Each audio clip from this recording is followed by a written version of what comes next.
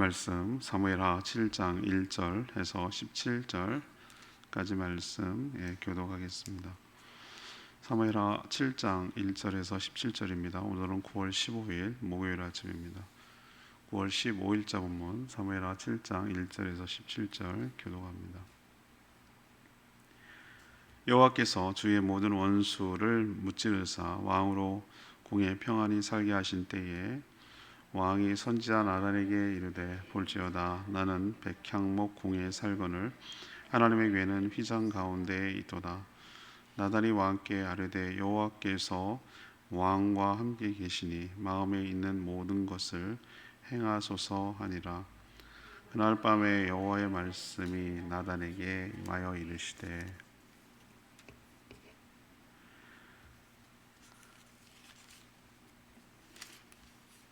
가서 내 종 다윗에게 말하기를 여호와께서 이와 같이 말씀하시되 내가 나를 위하여 내가 살 집을 건축하겠느냐. 내가 이스라엘 자손을 애굽에서 인도하여 내던 날부터 오늘까지 집에 살지 아니하고 장막과 성막 안에서 다녔나니 이스라엘 자손과 더불어 다니는 모든 곳에서 내가 내 백성 이스라엘을 먹이라고 명령한 이스라엘 어느 지파들 가운데 하나에게 내가 말하기를 너희가 어찌하여 나를 위하여 백향목집을 건축하지 아니하였느냐고 말하였느냐. 그러므로 이제 내 종 다윗에게 이와 같이 말하라. 만군의 여호와께서 이와 같이 말씀하시기를 내가 너를 목장 곧 양을 따르는 데서 데려다가 내 백성 이스라엘의 주권자로 삼고 내가 가는 모든 곳에서 내가 너와 함께 있어 내 모든 원수를 내 앞에서 멸하였은즉 땅에서 위대한 자들이 이름같이 내 이름을 위대하게 만들어 주리라.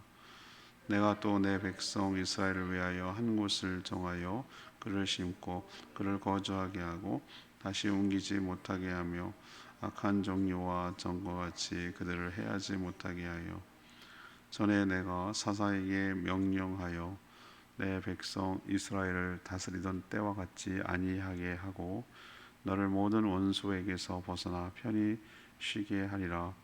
여호와가 또 내게 이르노니 여호와가 너를 위하여 집을 짓고 내 수완이 차서 내 조상들과 함께 누울 때에 내가 내 몸에서 날 내 씨를 내 뒤에 세워 그의 나라를 견고하게 하리라. 그는 내 이름을 위하여 집을 건축할 것이요 나는 그의 나라 왕위를 영원히 견고하게 하리라. 나는 그에게 아버지가 되고 그는 내게 아들이 되리니 그는 만일 죄를 범하면 내가 사람의 매와 인생의 채찍으로 징계하려니와 내가 내 앞에서 물러나게 한 사울에게서 내 은총을 빼앗은 것처럼 그에게서 빼앗지는 아니하리라. 내 집과 내 나라가 내 앞에서 영원히 보존되고 내 왕위가 영원히 견고하리라 하셨다라. 나단이 이 모든 말씀들과 이 모든 계시대로 다윗에게 말하니라. 아멘. 이 부분은 사무엘하를 통틀어서 가장 중요한 장이라고 할 수 있겠습니다. 다윗과 하나님이 언약을 맺고 하나님이 축복하시는 장면인데요. 앞에 어제부터 묵상하면 장막 다윗성 시온성에 그 언약궤 하나님의 궤를 모신 때 이후에 일어난 일입니다. 오베데돔 집을 얘기를 했는데요. 모시게 됐을 때 원치 않게 모시더라도 축복한 것처럼 다윗이 그래서 모시게 되고 그렇게 기뻐했던 것인데 오늘 말씀 보면은 그 축복이 어떻게 임하는지 상상 초월하는 놀라운 축복이 임하는 것을 다윗의 기대와 예상대로 오늘 볼 수가 있습니다. 다윗이 성전을 지을 생각을 나단에게 했지만 하나님은 그날 밤에 나단을 통해서 no라고 거절하셨어요. 성막이 지내는 것도 부족하지 않고 또 백향목 성전을 지으라고 명령한 적도 없었다라고 말씀하십니다. 대신 오히려 거꾸로 다윗을 위하여 집을 짓겠다. 여기서 왕궁을 말하는 게 아닌 걸 알겠죠, 그죠? 이미 왕궁은 있잖아요. 그래서 이스라엘의 주권자로 삼고 한 곳을 정해 거주하며 모든 악에서 보호하시겠다라는 내용을 약속합니다. 또 죽은 후에도 후손의 왕위를 계속 이어가며 그 후손이 오히려 성전을 짓게 되리라라는 그냥 언약을 맺으신 내용이 오늘 스토리가 되겠습니다. 오늘 질문은 다윗의 요청과 하나님의 응답은 무엇입니까? 다윗은 무엇을 요청했고 하나님은 거기에 어떻게 응답하셨습니까? 이것이 오늘 질문, 중심 질문입니다. 먼저 1절에서 7절까지 이 말씀입니다. 마음은 알겠으나 괜찮다라는 것이 하나님의 응답이에요. 다윗은 하나님의 은혜로 모든 원수들을 물리치고 예루살렘에 왕궁에 세워가지고, 이것도 사실은 두로 왕 히람이 백향목, 목수, 석수를 보내가지고 짓게 된 것이거든요. 은혜라고 자기가 그때 느낀 거예요. 아, 이건 하나님의 은혜구나. 우리도 살다 보면 하나님의 은혜라고 느끼는 게 와요. 그 순간이. 아, 이건 내가 한 것에 비해 과한데 나한테 왜 이렇게까지 호의적이지? 왜 이렇게 내가 생각지도 못했던 은혜가 이렇게 해서, 이건 하나님이 그렇게 하신 거죠. 다윗도 그걸 경험하고 나서 하나님이 나와 함께 하시고 나를 복 주시는구나 라는 것을 체험적으로 깨달은 거죠. 여러분, 저는 믿음이 생각이 아니라 체험이라고 늘 말씀을 드리는 거예요. 하나님을 체험해야 돼요. 하나님을 경험해야 되고요. 하나님 앞에 고백하고 시인할 때 우리의 믿음이 더 다져지고 더 믿음이 견고해질 줄로 믿습니다. 자기는 이렇게 편하게 살아요. 그런데 하나님에게는 지금 어디에 있죠? 장막이라고 말하는 텐트에 텐트, 성막이라고 말하는 거겠죠, 그죠? 성막도 뭐 이렇게 모세의 율법에 따라 짓긴 했어도 백향목, 돌 이런 걸로 지은 것보다는 견고하지 않잖아요. 그냥 말 그대로 천막이잖아요. 그게 거기에 장막이 있는 것이 영 마음에 걸렸어요. 우리도 그렇죠, 그죠? 예를 들면 생각해 보십시오. 자기는 화장실 2개, 방 4칸 고급 맨션에 사는데 부모님은 단칸방에 살아. 그러면 여러분 마음이 어떻겠어요? 그 마음 편하겠어요? 그런 거랑 지금 비슷한 마음이라고 저는 생각이 돼요. 그래서 하나님의 성전을 건축해야 되겠다, 이런 제 마음을 먹고 나단 선지자한테 얘기를 합니다. 내가 이런 마음이 있다. 이렇게 나단 선지자를 의논하는 거죠. 나단 선지자도 오늘 보니까 뭐라고 그랬어요? 좋습니다. 하나님이 함께 하시니, 당신과 하나님이 함께 하시고, 그러니 마음에 있는 것 하십시오. 지금 뭐를 해도 됩니다 라고 나단 선지자가 봐도 정말 다윗이 하나님 함께하고 그 마음을 위해서 성전을 짓겠다는데 마다할 이유가 없잖아요. 그래서 그렇게 하라고 조언했어요. 모든 것을 하라고, 하고 싶은 대로 하라고. 그러면 나 죄 짓는 것도 아니고. 나단 선지자가 생각해도 하나님을 사랑하고 하나님을 위하려는 그 다윗의 마음, 본심, 중심이 참 귀하다. 이런 왕이 참 어딨나, 이스라엘이 참 복받았구나, 이런 생각을 했을 거예요. 제가 봐도 그래요. 그런데 하나님의 생각은 달랐어요. 하나님의 생각이 달랐어요. 혹시 기간이 길어갖고 딴 생각할까 봐 바로 그날 밤이었어요. 그날 밤 나단을 통해서 하나님께서 다윗에게 거절을 하라고 통보하라고 하셨어요. 알려주라고 하셨어요.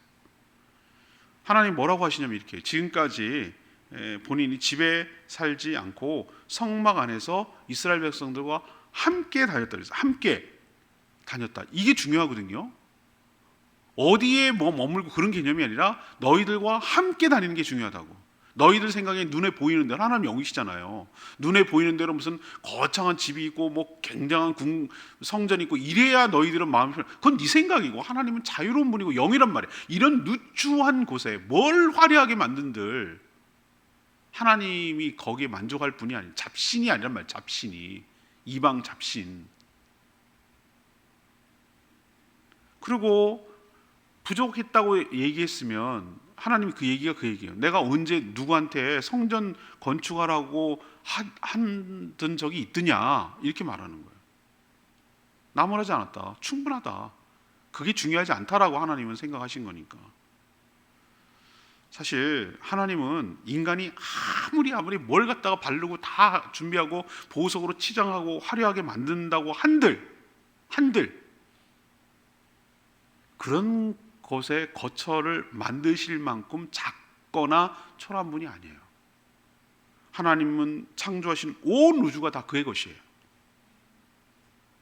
그리고 그는 굉장히 자유로운 분이에요. 그리고 어디 우리가 생각하는 거 물리적인 물질적인 세계에 갇힐 분이 아니에요. 초월해 계시는 분이에요. 영원하신 분이고 그런 거예요. 하나님은 전혀 불편함이 없으신 분이에요. 그리고 거기에 제약받는 분도 아니에요. 전 여기서 깨닫는 게 있습니다. 거절 또한 하나님의 은혜이고 하나님의 축복인 줄로 믿습니다. 하나님을 더욱 알게 되고요, 하나님의 사랑이 더 크다는 걸 깨닫게 되고요, 우리가 생각하는 것과 달리 하나님은 다른 놀라운 계획을 갖고 있다는 것을 알게 되기 때문에 항상 거절을 섭섭할 이유가 없어요. 거절했을 때는 나보다 더, 내가 한 것보다 더 좋은 계획이 있구나, 그런 것 때문에 이렇게 하시는 거구나라고 받아들이면 우리에게 축복이 될 줄로 믿습니다.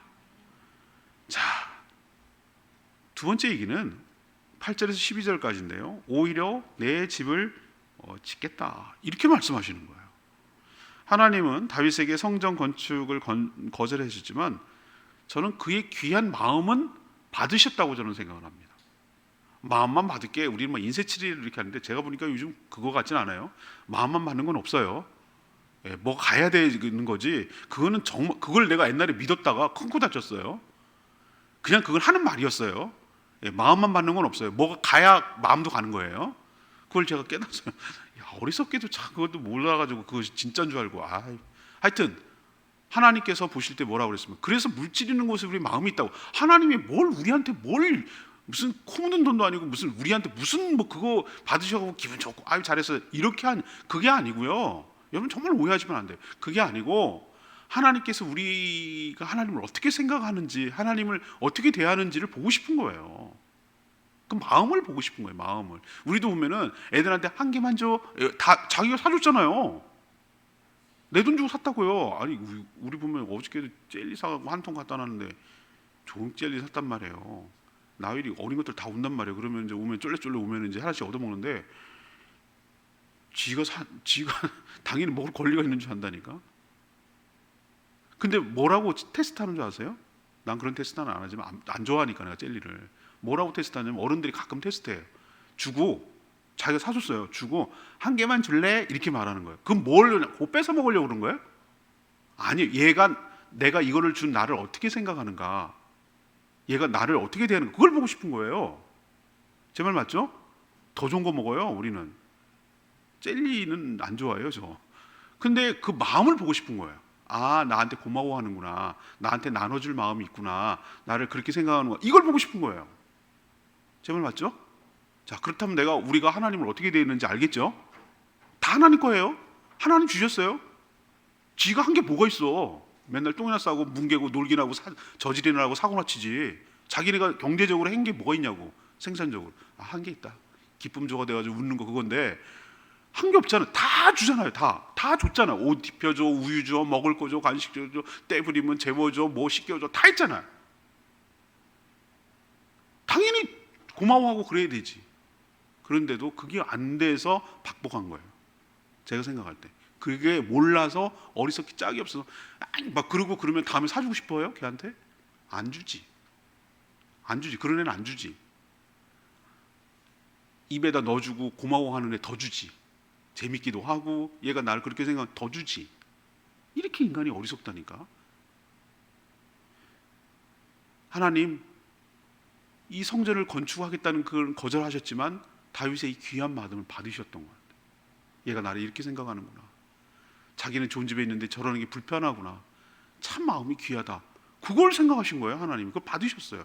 그래갖고 와, 성전을 건축한 것도 아닌데 상상도 못할 계획을 나단 선지자를 통해서 얘기하는 거예요. 그 상상도 못할 게 뭐냐면 11절이에요. 하나님이 도리어 다윗의 집을 짓겠다는 약속을 해주시는 것이에요. 또 그 기생충에서 유명한 송강호가 말했던 대사가 있는데, 너는 다 계획이 있구나. 자기는 계획 없이 살거든. 아무 생각 없이 그냥 되는 대로 하루 살거든. 근데 너는 다 계획이 있구나. 이런 말하는 것이 유명한 대사가 됐잖아요.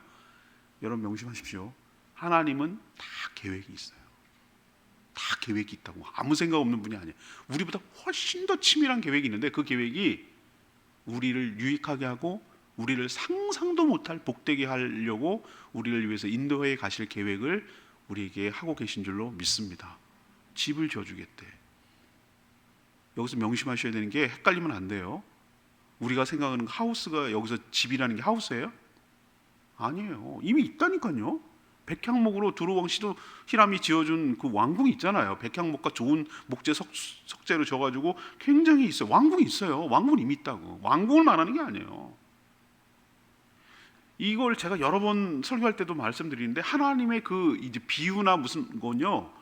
이게 이래서 우리가 막 헷갈려. 하나님은 막 뭐라 그럴까 시간과 공간과 막 이걸 초월해서 막 사시는 분이라서 어떨 때는 이렇게 던져놓으면 이게 문자로 그대로 받아야 되는 건지 아니면 그 안에 다른 의미가 있는지 막 헷갈려. 어떨 때는 문자적으로 맞는 것도 있고 어떨 때는 뭐예요? 그 뒤에 다른 얘기가 상징적으로 말하는 경우도 막 섞여 있기 때문에 이게 막 헷갈리는 거예요. 근데 여기서의 집은 뭐냐면은 하우스가 아니에요. 왕궁이 아니에요. 이것은 하나님의 나라를 말하는 거예요. 우리 집안을 일으켜야지 이런 얘기 하잖아요. 집안을 일으킨다. 집을 세워야지. 그럴 때 집을 세운다는 게 그 집을 세운다는 거예요. 어떤 가정을 세우고 가문을 세운다는 것을 그냥 집을 세운다 이렇게 표현하잖아요. 그런 것처럼 여기서 집은 하나님의 나라예요. 그래서 하시는 말씀이 하나님 이렇게 얘기했어요. 하나님이 네 목동, 양치는 목동이 너였다. 잊어버리지 않게 하는 거예요. 목동인 너를 데려다가 네가 어떤 존재인지 잊어버리지 말라는 거예요. 목동인 너를 데려다가 이스라엘의 주권자로 삼으셨다. 모든 원수들을 보는 앞에서 멸하게 하셨다. 지금 이거 하나님이 누가 어떻게 했는지를 지금 이스라엘 다윗에게 보여주고 있는 거예요. 지금 쭉 설명하는 거예요. 나아가서 뭐라고 얘기했냐면 하나님은 그의 이름을 위대하게 만들어 주겠다. 와, 이건 상상도 못할 축복이에요. 자 보세요. 모르는 사람이 세상에 어디 있습니까? 다윗이 이스라엘 왕이라는 거 묻혀 지냅니까? 아니요. 성경을 모르고 안 믿는 사람도 전 세계 사람들이 다윗은 다 알아. 유명한 영어 이름이 데이빗이에요. 데이빗이 다윗이에요. 아셨죠? 다윗. 유명해요.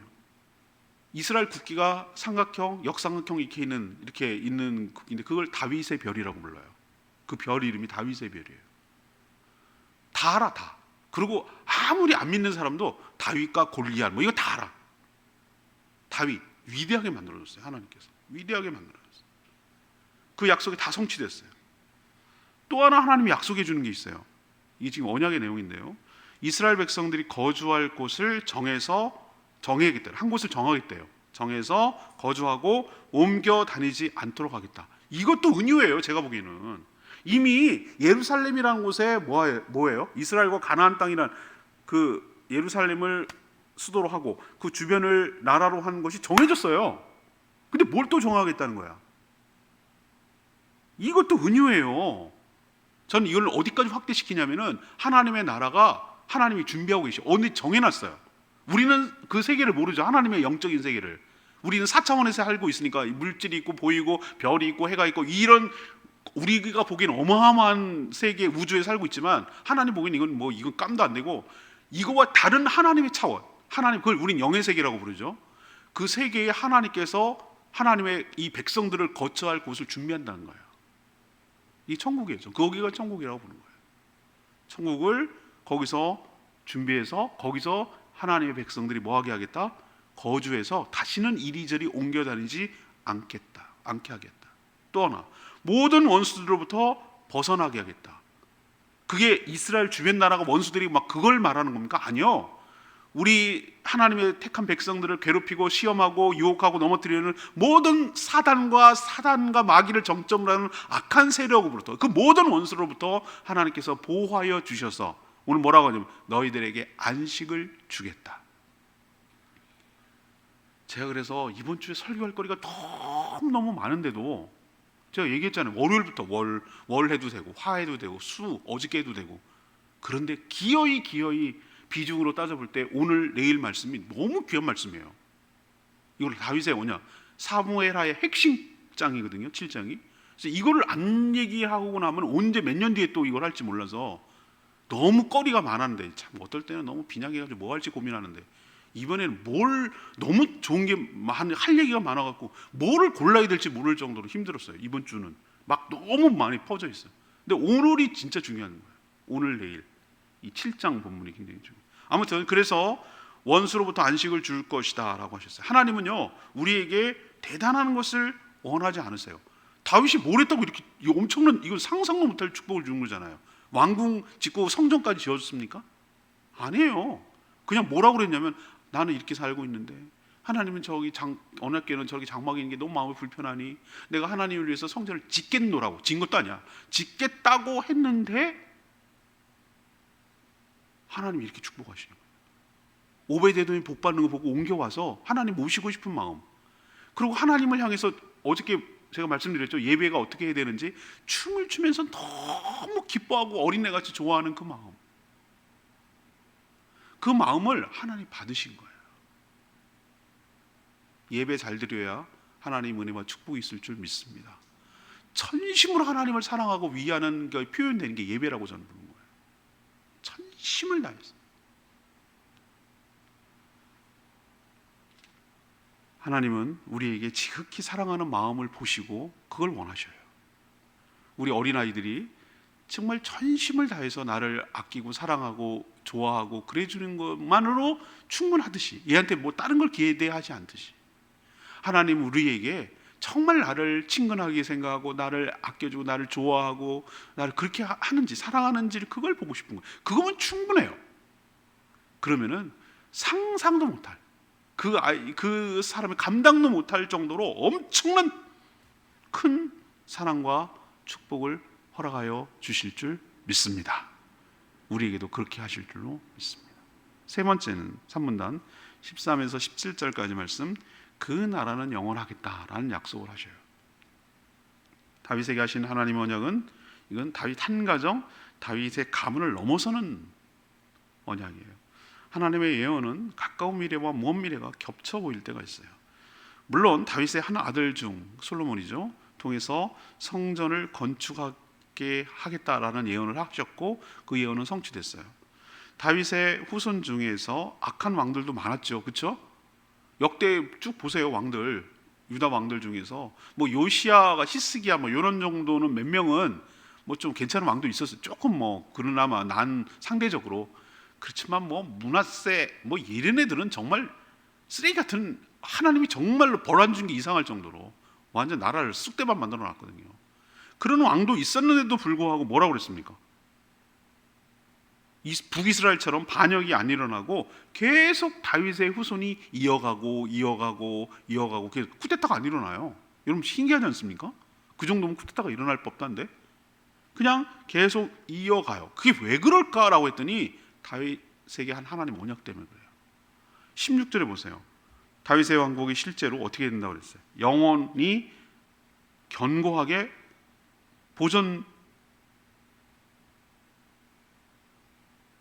되었어요. 왜? 그렇게 하겠다고 하셨으니까. 그리고 12절에 그 유명한 말이 나옵니다. 하나님의 언약 가운데 다윗의 후손 중 한 씨라고 그랬어요. 한 씨. 여기서 씨들이 아니고 씨라고 말하는 것은, 이거는 자손 원, 하나, 단수예요, 단수. 그의 나라를 견고하게 할 것이다. 이 얘기는 솔로몬을 말하는 게 아니에요, 여러분. 여기서 바로 장차 오실 예수 그리스도를 하나님이 예언하고 있어요. 다윗의 후손. 그래서 마태복음에 이루어지는 거예요. 왜 다윗의 언급하죠? 예수 그리스도를 얘기하는데 왜 유다 지파를 얘기, 아브라함을 얘기하고 유다를 얘기하고 왜 그 다윗을 얘기하죠? 하나님의 언약 때문에 그러는 거예요. 그게 이어지는 거예요. 이게 이 언약이 마태복음과 신약으로 이어지는 거예요. 모든 게 다 이 언약이 예수 그리스도를 여기다 딱 대입하면 모든 것이 다 맞아떨어지고 해석이 아주 명쾌하게 돼요. 그때 비로소 이 하나님이 말했던 의미를 쫙 다 풀어지고 이해가 되기 시작하는 거예요.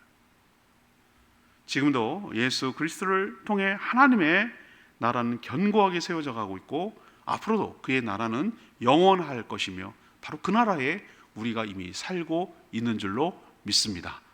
이것을 우리에게 보여주는 귀한 말씀이에요. 구약에서 예수 그리스도와 그 세계가, 그의 나라가 어떠한지를 이미 이렇게 쫙 보여주시고 계신 하나님의 놀라운 계획 앞에, 그 사랑 앞에, 은혜 앞에 감사하며 살아가는 저희 모두가 되기를 원합니다. 14절, 나는 그의 아버지가 되고 그는 내게 아들이 되리니 그가 만일 죄를 범하면 내가 사람의 매와 인생의 채찍으로 징계하려니와. 우리는 지금 하나님을 뭐라고 부릅니까? 하나님 아버지라고 불러요. 그게 어떻게 해서 나왔는가? 여기 나왔잖아. 감히 하나님을 아버지라고 부르는 사람이 이스라엘 그 중에서 한 명도 없었어요. 예수님이 딱 와가지고 나타나가지고 태어나가지고 그 사람들이 놀래 자빠지는 거예요. 하나님을 뭐라고 부르면 아버지라고 불렀거든. 파격, 이런 불경한 게 어딨나? 그것 때문에 미움받았어요. 예수님이 하나님을 아버지라고 그러거든. 근데 그게 어디서 나오는 거예요? 이게 다 계획이 되고 예언되어 있다니까. 우리는 하나님 아버지라고 부르는 거를 굉장히 자연스럽잖아요. 자신을 섬기는 신을 아버지라고 부르고 자녀가 되는 경우는 있을 수가 없어요. 어느 세계도 없어요. 하나님은 다윗과의 언약을 통해 파격적인 이런 계획을 갖고 계세요. 왜 그렇습니까? 왜 우리를 자녀 삼아 주시죠? 자녀 삼아 주셔야 포기하거나 버릴 수 없고 영원한 사랑을 줄 수 있기 때문에. 자녀가 속썩이고 그런다고 자녀 아니라고 말은 그렇게 해요. 근데 포기 못해요. 부모는 자녀를 절대 포기할 수 없어요. 그리고 모든 것들을 다 수용하고 모든 것들을 참고 모든 것들을 잘 되기를 바라는 게 부모예요. 그래서 우리를 이해시키기 위해서 하나님을 아버지라고 표현하는 거예요. 하나님 그렇다고 우리를 절대 내치는 분이 아니고 끝까지 사랑하시는 분이고 우리가 잘 되기를 바라는, 자녀의 행복을 바라는 부모의 마음을 하나님 아버지라고 표현한 거예요. 그런 관계다. 너랑 나와의 관계가 이 관계가 그런 관계다. 이게 언약이거든요. 언약의 핵심이거든요. 하나님을 아버지가 되고 나는 자녀가 되는 거. 그래야 하나님과 같이 살 수 있어요. 개 아빠, 개 엄마 이러지 얘기하는데 자녀가 되어야 같이 부부랑 사는 거예요. 제 말 이해하시겠죠? 어떨 땐 제가 자녀가 아니면 같이 살고 싶은 마음이 이만큼도 안 들 때가 있어요. 그런 마음이 들 때가 있어요. 근데 자녀는 그것과 상관없이 자녀기 때문에 같이 사는 거예요. 하나님 우리를 끝까지 같이 살게 하기 위한 관계 설정을 어떻게 해놨냐면은 자녀로 만들어 주셨어요. 우리를 피조물인데 우리를 성령으로 거듭나게 하사 자녀 삼아 주셨어요. 그래서 하나님 아버지 집에 내가 당당하게 살아갈 수 있도록, 하나님과 함께 하나님 집에 살아갈 수 있도록 축복하여 주신 줄 믿습니다. 여기서 나타나잖아요. 이게 얼마나 큰 축복입니까? 근데 우리가 또 하나 잊어버리지 말아야 될 게 있어요. 잘못하면 어떻게 한다고 그랬어요? 사람의 매와 인생의 채찍으로. 자녀 아버지이기 때문에 이렇게 하는 겁니다. 징계도 하는 겁니다. 여기 나오죠. 사람의 매와. 사람의 매면 사람 때문에 아주 죽을 만큼 힘들다 이거예요. 우리가 정말 힘든 게 뭐가 힘드냐면은 사람 때문에 속 썩는 게 그렇게 힘들어요. 이게 사람의 매, 사람의 매. 사람이 매지. 사람은 하나님이 도구로 해가지고 너를 치는 거지. 매를 치는 거지. 또 하나 있어요. 인생의 채찍. 인생이 내 맘대로 진짜 안 돼. 꼬여. 진짜 힘들고 뭘 나한테 이렇게 오나. 숨 좀 쉽시다. 숨 좀 쉽시오. 숨이라도 좀 쉬고 이렇게 왔으면 좋겠네. 막 한 고비 넘기면 한 파도 넘기면 또 파도. 숨을 쉴 수가 없어. 뭐 하나 닥치면 가까스로 겨우 이겨내면 또 거대한 산이 앞에 있고 또 이거 어떻게 넘어가면 또 산이 있고. 그게 인생의 채찍. 사람의 매, 인생의 채찍으로 우리를 징계해서 어떻게 하겠다는 거예요? 자녀답게 살 수 있도록 하나님께서 바로 잡겠다는 거예요. 이렇게까지 의지를 표현하는 거예요. 이거는 사랑 없으면, 애정이 없으면, 진심으로 잘 되기를 바라는 마음 없으면 할 수 없어요. 이건 아버지이기 때문에 하는 거예요. 오히려 이것이 우리를 향한 하나님의 또 다른 사랑의 표현인 줄로 믿습니다. 왜? 그래도 포기 못한다는 거예요. 그래도 바로 잡아서 같이 살게 하겠다는 거예요. 여러분도 오늘 말씀 너무 귀해서 이건 주일날 또 들어야 돼. 또 들어야 돼. 오늘 목요일이니까 주일날 해도 전혀 상관없어. 또 해도 주일날 또 들어도 이건 귀한 말씀이에요. 다윗의 언약, 하나님의 축복, 하나님 앞에 생각하며 이 말씀을 듣고 기도하기를 원합니다. 찬양지 371장.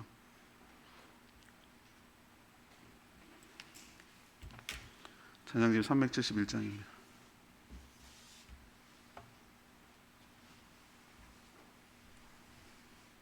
나의 안에 가라 371장입니다.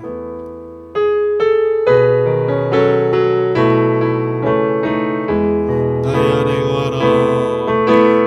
내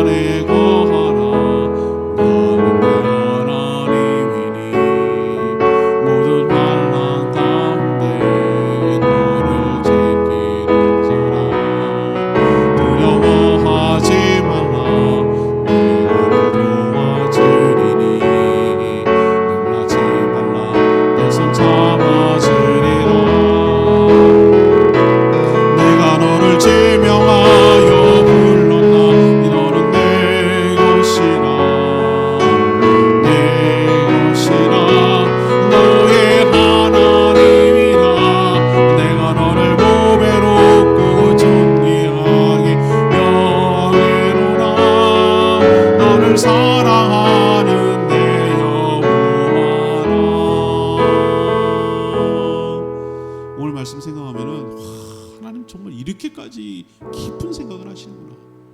자녀가 부모를 생각하는 것보다 부모가 자녀를 생각하는 것이 훨씬 더 깊다는 걸 제가 자녀를 낳았고 키워보니까 알겠더라고요. 100분의 1, 1000분의 1도 못 생각하는 것 같아요. 아, 우리 부모도 나를 이렇게 키웠겠구나 이런 생각이 들더라고요. 예, 그렇습니다. 하나님은 우리를 부모님보다 훨씬 더 깊게 사랑하고 생각하고 위하는 줄로 믿습니다.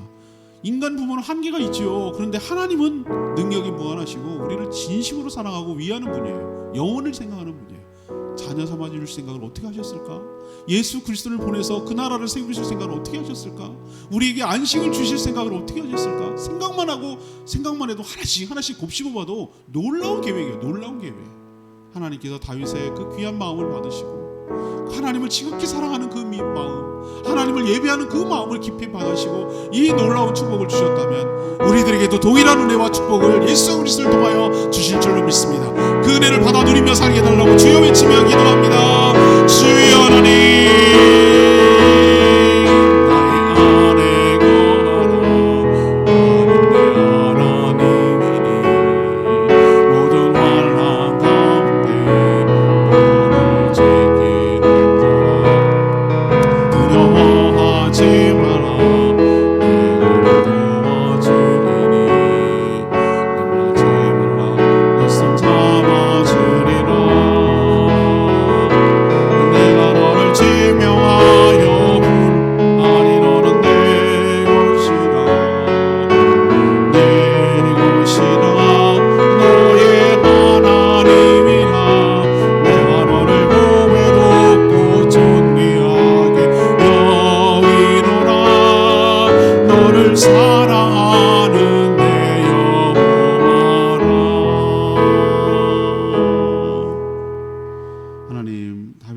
소원과 하나님의 응답 과정을 보면서 참 감동이 됩니다.